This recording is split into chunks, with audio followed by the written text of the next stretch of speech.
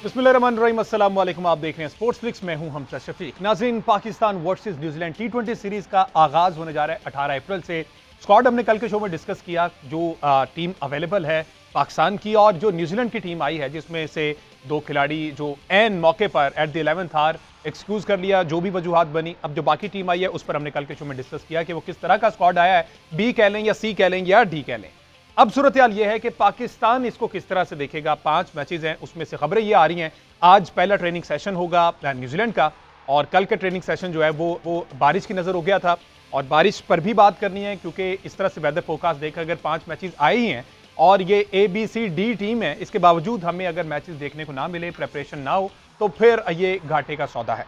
और मेरे कैप्टन सलमान भट्ट साहब हमारे साथ स्टूडियोज में मौजूद हैं। Welcome to the show Bhatt साहब, आफ्टर अ लॉन्ग ब्रेक। जज़ाकल्लाह हमजा, आई होप के आपकी और तमाम देखने वालों की ईद अच्छी गुजरी होगी, और ईद के साथ रमज़ान भी, क्योंकि ये ब्रेक जो है रमज़ान की वजह से तवील हो जाती है। बिल्कुल इसी तरह है। अच्छा भट्ट साहब, मुलाकात हुई आपकी गनी रमज़ान टूर्नामेंट जो आपने कराया, माशाल्लाह से बड़ा अच्छा ये टूर्नामेंट रहा। कमोबेश 15 दिन चला और 13 दिन चला, और इसमें बहुत से ऐसे चेहरे हमें नए भी नजर आए, कुछ पुराने चेहरे भी नजर आए। मोहसिन नकवी से मुलाकात हुई है, यहीं से आगाज कर लेता हूं मैं आपसे गुफ्तगू का। मोहसिन नकवी साहब, चेयरमैन PCB, खासी तवील मुलाकात थी, मैं देख रहा था TV पर ये चल रहा था, कैसी मुलाकात है? देखिए, सबसे पहले तो मोहसिन नकवी साहब chairman Pakistan cricket board, interior minister, और माशाल्लाह वो पहले CM पंजाब भी हैं फॉर्मर, तो उनका शुक्रिया अदा करते हैं। बिकॉज जब इस तरह की डिग्निटरीज इस तरह के इवेंट्स में आती हैं और एक PCB से थोड़ा सा निचले लेवल के ऊपर इवेंट्स को आके सपोर्ट करते हैं, तो जो खेलने वाले हैं और जो कराने वाले हैं ना, उनके दिल भी बड़े हो जाते हैं और उनके लिए बड़ी इंकरेजमेंट होती है कि वो फ्यूचर में ऐसी एक्सरसाइज को चलाते रहें।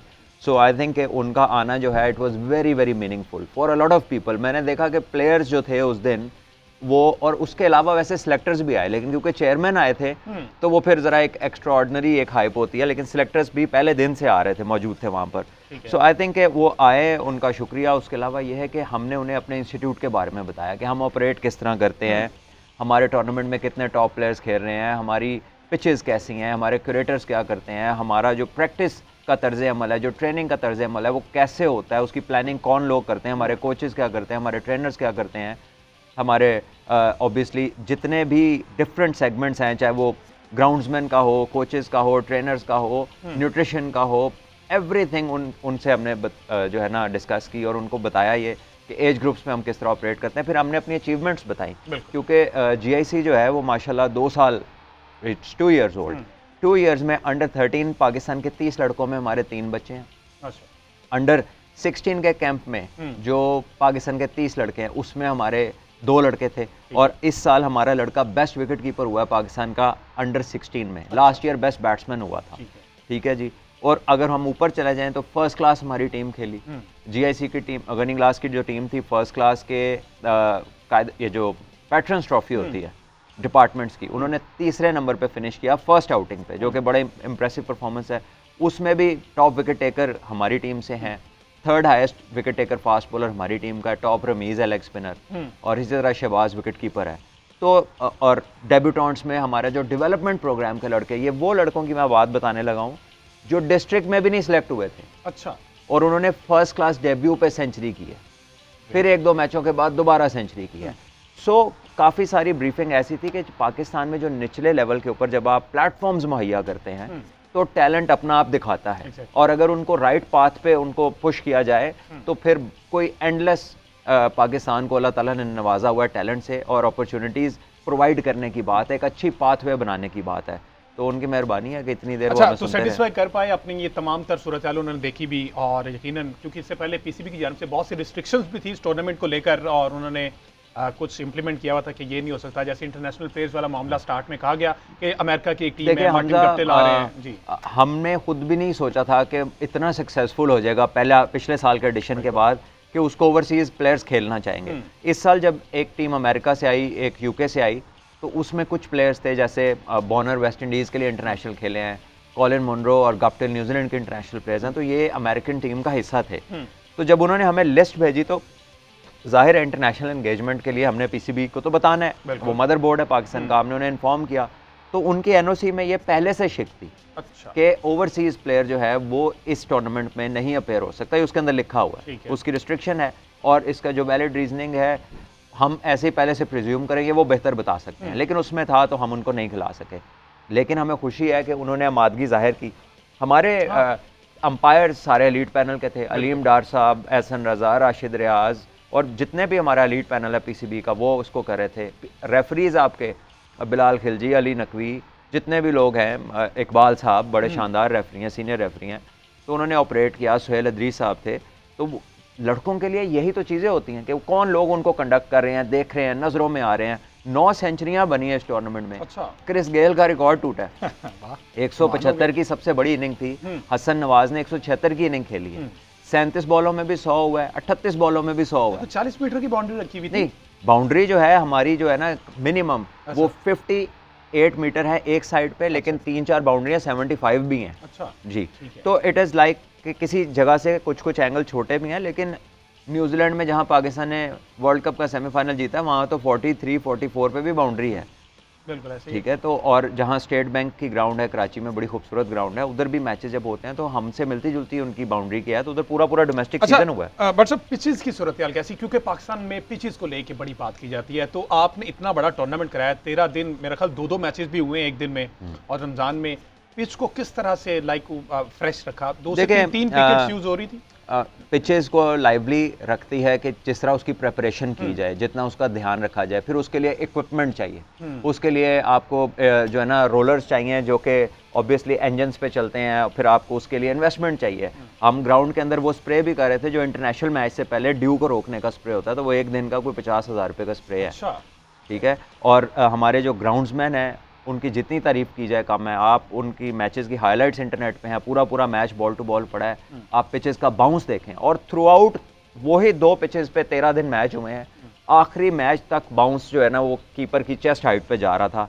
तो जो पाकिस्तानी विकेटों में ना पेस एंड बाउंस होने का लोग दावा करते हैं, वो अपनी आंखों से देख सकते हैं कि जब काम हुआ हो तो वो फिर मुंह से बोलता है। अच्छा, क्या समझते हैं पर्सनली, आप क्या समझते हैं इन 13 दिनों से पाकिस्तान क्रिकेट को कोई फायदा हो सकता है, फायदा पहुंचाया जा सकता है? ऐसा कोई टैलेंट आपको नजर आया इस टूर्नामेंट में स्पेसिफिकली?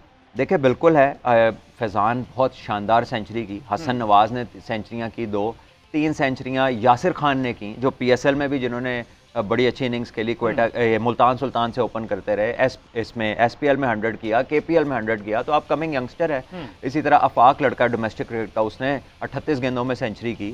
फैजान पंजाब, सेंट्रल पंजाब के लिए खेल चुका और फैसलाबाद के लिए खेलता है, वो बड़ा अच्छी क्रिकेट खेली। ममून रियाज लाहौर का यंग फास्ट बॉलर है, वो बेस्ट बॉलर हुआ इसमें। ठीक है। तो हमाद भट्ट बहुत अच्छी उसने बारियां ली GIC के लिए। हाशिम इब्राहिम ने सेमीफाइनल में सेंचुरी की और उसने फर्स्ट क्लास डेब्यू पे भी सेंचुरी की है। तो ये वो मटेरियल है जो यहाँ से निकल के बाहर आ रहा है। और ये तमाम टीमें, जो लोग भी रन कर रहे थे, इनका स्पोर्ट्स स्टाफ था, इनके कोचेस थे, इनके इन्वेस्टर्स थे, जो लोग इन पे पैसा खर्च रहे थे, और हमारा अपना जो इंस्टीट्यूट है गनी ग्लास वाले, मतलब अगर ये सब लोगों की फाइनेंशियल सपोर्ट ना हो, हमारे तो खैर एक लेवल ही और कर दिया ना गनी इंस्टीट्यूट में, तो उन्होंने जिस तरह से इसको ऊपर करने के लिए, जाहिर आपको फाइनेंसिस की ज़रूरत होती है, उसके बगैर ये चीज़ें पॉसिबल नहीं है। आइडियाज़ भी होते हैं और साथ ये चीज़ उतनी ही ज़रूरी है। सो आई थिंक इन तमाम लोगों के बगैर ऐसी एक्सरसाइज हो नहीं सकती। और पिछले साल भी यहाँ से लड़के खेले थे, आगे उन्हें मौके मिले थे, क्योंकि ये टेलीवाइज्ड है तो इस पर हेड हंटिंग होती है। हाँ। लोग देखते हैं, पहचानते हैं और फिर कंसिडर करते हैं, तो यही फायदा। और ऊपर से अच्छे पैसे मिलते हैं मैचेस खेलने के। टेलीकास्ट तो हो ही रहे थे, साथ ये भी मैंने देखा कि जो सिलेक्शन कमेटी के कुछ मेंबर हैं, वहाब रियाज वहाँ पर मौजूद थे, अब्दुल रज़ाक आए, मोहम्मद यूसुफ साहब आए, और ये सारे, तो डेफिनेटली एक प्लेटफॉर्म तो बड़ा था। सीनियर प्लेयर्स आए, कामरान अकमल भी वहां पर आए, और भी बहुत सारे प्लेयर्स आए, अजहर अली वहां पे मौजूद थे। तो ये सारे, हफीज भाई तो पिछले साल जो हुआ था उसमें आए थे। इस दफा तो जो मैंने नाम लिए हैं वो लोग इस दफा प्रेजेंट थे। तो ये सारी सूरत, तो सिलेक्शन कमेटी को उन प्लेयर्स पर कोई एतमाद उनका बहाल हुआ? वो प्लेयर्स जो पाकिस्तान को रिप्रेजेंट कर चुके हैं लेकिन आउट ऑफ फॉर्म थे, यहाँ पे उनमें कुछ बेहतरी उन्हें दिखाई? देखिए ऑब्वियसली नज़र में आती है ना, जब परफॉर्मेंस होती है तो वो नज़र में आती है, और फिर वो यही होता है कि उसको अगले लेवल पे देखते हैं, फिर अगले लेवल पे देखते हैं, और इवेंचुअली फिर आप पाकिस्तान लेवल की बात होनी शुरू हो जाती है। सो आई थिंक ये प्लेटफॉर्म जितने भी हैं, चाहे कराची के टूर्नामेंट्स हैं, चाहे हमारा GIC का टूर्नामेंट है, टेलीवाइज क्रिकेट जो है वो रिकॉर्ड का हिस्सा बन जाती है। और उसमें आप देख सकते हैं कुछ ऐसे होंगे जिनको कोचेज ने सर्टन जगहों पे काम करने का कहा होगा, तो वो टीवी पे देख से मैच से उनके अंदाजा लगा सकते हैं कि इंप्रूवमेंट आई भी है या नहीं आई है। तो आई थिंक इससे मैसिव अपॉर्चुनिटीज क्रिएट होती हैं, फ्रेंचाइजेस देख रही होती हैं। देखें अब जिन लड़कों ने 36-37 बॉलों पे 100 की, आपको लगता है वो PSL वाले उन्हें देख नहीं रहे होंगे, वो पिक नहीं होंगे? 100% अगले साल वो निशाने पे होंगे कि इनको किसने पिक करना। अच्छा, ये फॉर्मेट अलग था, अब आए उस वाले लंबे फॉर्मेट में, क्या ये प्लेयर एलिजिबल हैं? क्या इतना इनका स्टेमिना आपने इन 13 दिनों में देखा है, या जितनी गनी इसमें प्लेयर्स हैं इस प्रोग्राम में, वो क्या लंबी क्रिकेट खेल सकते हैं? देखिए, बड़े हमजा आपने न जाने में एक शानदार सवाल कर दिया है। मेरे दिल में थी कि बात कभी मौका है तो करूंगा। देखिए, लंबा format is the mother of all formats. सारे क्रिकेटर वहीं से बनने हैं, क्योंकि रमज़ान की टाइमिंग ऐसी होती है कि हम यही फॉर्मेट का टूर्नामेंट करा सकते हैं। लेकिन मेरी ख्वाहिश है कि मैं 2 दिन का 3 दिन का टूर्नामेंट कराऊं, मैं वनडे का टूर्नामेंट 50 ओवर्स का कराऊं और मैं उसको लाइव दिखा सकूं। लेकिन लाइव टेलीकास्ट की जो शर्त पीसीबी ने रखी हुई है ना, वो है कि आप उनसे एनओसी लें। अच्छा। अब वो एनओसी एक कागज़ का टुकड़ा 30 लाख रुपए का। अच्छा जी। और अब साल में हमने 3 दफ़ा ये टूर्नामेंट कराया, 2 दफ़ा जीआईसी का, 1 दफ़ा डीएचए का। अब तकरीबन 90 लाख रुपया, तकरीबन एग्जैक्टली हम उनको सिर्फ वो इजाज़त के लिए ले सकें।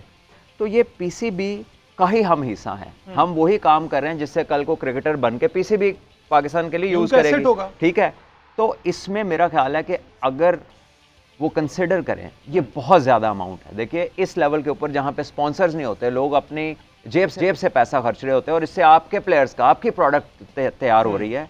तो इस तरह के इन्फ्लेशन के दौर में जहाँ पर आजकल इकोनॉमिक क्राइसिस है पाकिस्तान का, तो उसमें 30 lakh is too much of. बजाय कि आप कह लीजिए कि थोड़ा सा, अगर कई लोग होंगे अच्छी क्रिकेट कराना चाहते हैं तो पीसीबी उन्हें सपोर्टिंग हैंड भी कर सकती है कि आप कराएं, आपको क्या चाहिए हम देते हैं। चलिए, अगर वो नहीं तो एनओसी एक ऐसी चीज़ है जिसपे अगर नए, क्योंकि अब नया क्रिकेट बोर्ड है, चेयरमैन साहब बहुत जो है ना अवाम पसंद चीज़ें करने के लिए जाने जाते हैं। और इसी तरह जो नई कमेटी आई है या नए डोमेस्टिक के डायरेक्टर आए हैं खुर्रम न्याजी साहब, तो पहले भी उनसे मेरी एक दफ़ा बात हुई है और उन्होंने इस चीज़ पे एग्री किया था, और गवर्निंग बोर्ड के मेंबर्स भी होंगे। तो मेरी आप सबसे पीसीबी वालों से गुजारिश है कि ये ज़रा एनओसी को देखें, क्योंकि इतने में टूर्नामेंट का एक मेजर चंक हो जाता है।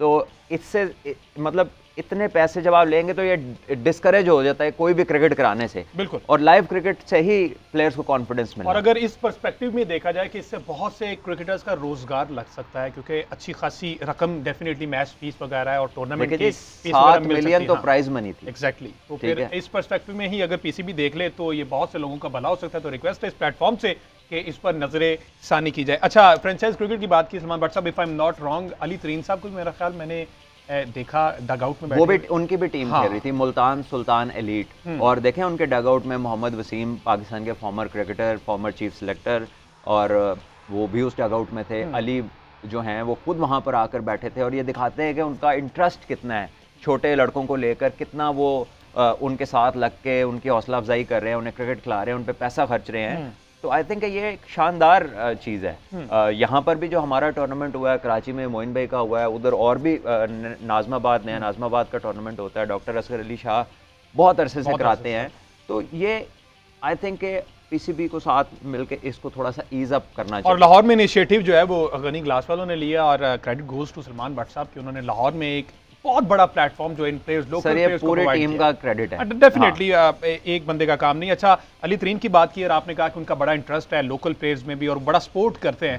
एहसानुल्लाह के बारे में उन्होंने एक स्टेटमेंट दिया कि एहसान के साथ ज्यादती हो रही है, सारा का सारा खर्चा जो है एहसान की इंजरी से रिकवरी का, रिहैब प्रोग्राम का सारा उन्होंने उठाया। तो पीसीबी यहाँ पर कहीं ना कहीं लूप होल्स तो डेफिनेटली हर इदारे में मौजूद होते, लेकिन अब नई मैनेजमेंट आई है, क्या वो इस चीज़ को गौर करेंगे कि एक तरफ नसीम शाह का जहाँ पर चल रहा है, दूसरी तरफ हमने देखा कि एहसान के साथ जो किया। देखिए, चेयरमैन साहब ने नोटिस तो लिया है इस बात का, और मेडिकल पैनल से शायद उन्होंने रिपोर्ट्स भी तलब की, और शायद उन्हें कहा भी हो कि आप मेरे सामने आए और मुझे you know kind of A show cause के क्या वजह है, क्यों इस तरह हो रहा है। देखिए, ये किसी का भी कसूर है, मुझे नहीं मालूम, लेकिन ये क्रिमिनल नेग्लिजेंस है कि 1 साल से ऊपर हो गया, आपका एक एसेट है जिसको आप डायग्नोज ही नहीं कर सके कि इसको मसला क्या है। और मतलब कोशिश होती है कि आप उस तरह से तनकीद ना करें, बेहतर अल्फाज इस्तेमाल करें, लेकिन ये इसमें ऐसा लगता है कि जैसे गांव में भी कोई बीमार होना तो वो कहते हैं कि इसने नहीं बचना, इन्हों लाहौर लाई हो। अच्छा। ठीक है ना, तो इन्हों बेचारे लाहौर ले जाने भी बड़ी देर लाती है, यानी कि आपको 1 साल बाद आप उसको इंग्लैंड भेज रहे हैं। तो व्हाट्स द पॉइंट, जब आपके पैनल से अगर नहीं हुआ फॉरेन डायग्नोज, आपको नहीं पता चला कि क्या है, तो वाई नॉट स्ट्रेट अवे आप उसकी कंसल्टेशन, जब आपने उसके टेस्ट ही किए थे तो वो 2-3 मुल्कों में भेज देते, डिफरेंट ओपिनियन ले लेते, पता चलता क्या चीज़ है। वो वहीं का वहीं खड़ा है, अभी भी नहीं मालूम कि कितनी देर लगेगी, कहाँ तक उसका होगा, पाकिस्तान कब उससे फ़ायदा उठाएगा। तो ये चीज़ें अनफॉर्चुनेट है इस दौर में, जबकि पीसीबी को पैसों की कोई कमी नहीं है। अच्छा, अब नई मैनेजमेंट आई है, बेहतरी की उम्मीद करते हैं कि अल्लाह करे अब ये सारी चीज़ें जो हैं वो ट्रैक पे आ जाए। सिलेक्शन कमेटी जो 5 रुकनी एक नया ट्रेंड लेके आए हैं कि पहले 1 मैन आर्मी थी प्लस कैप्टन की कुछ रजामंदी होती थी, अब 5 खिलाड़ी टोटल हैं, ओवरऑल 7 बनते हैं, मैं हेड कोच मिला के कप्तान मिला के। 1 man was the chief selector, साथ उनकी टीम तो हमेशा होती थी और सिग्नेचर सभी के होते थे। ठीक है। लेकिन कह लें कि एक हैवियर फुटिंग पे वो चीफ सिलेक्टर होता था। यहाँ पर इनका आइडिया ये है कि ये वोटिंग में जाएंगे। अच्छा। और वोटिंग में जिसके वोट ज़्यादा होंगे उसकी बात पे एग्री कर लिया जाएगा, क्योंकि डिफरेंस ऑफ ओपिनियन का राइट तो सभी रिजर्व करते हैं।